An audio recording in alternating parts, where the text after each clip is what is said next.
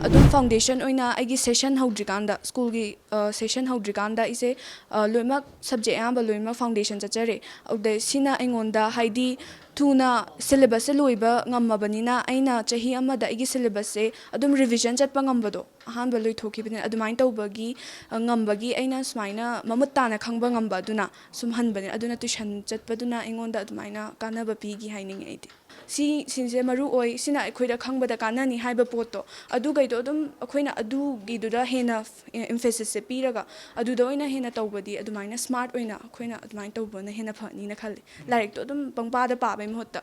aise adum medical gi lines ta adum chat ke na khaljari hojik se maram da ise science adum haina boiba science ki subject ki engonda sum interesting oibagi engonda adu haina basu oi daidi doctor gi profession so adum pamjaba anga ri kan dagi adu gi haining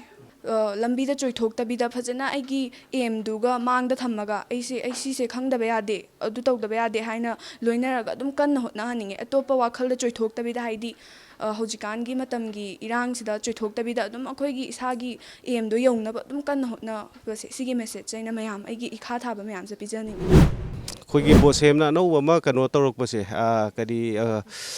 akhoi gi answer ki na ma tawraga hantak anoba moina puthok se aigi tarap tagi di masi yamna phai kaigino da masi gi mateng na khoisu parents ama oina isa sina exam loiraga la matungda mana da kano toromi se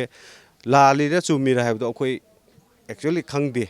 adubu answer ki se uraga isa ngaina kari toromba kari toba kamai to ga yengbadagi de anga ngai suga to yengbada ayam 100% kai hani performance phajaramba adumbadagi adum akoi parents akoi da su wakhanda adum phawre ha handak se kanomdi thokpa yai position di yaurpa yai adumaina khanjagi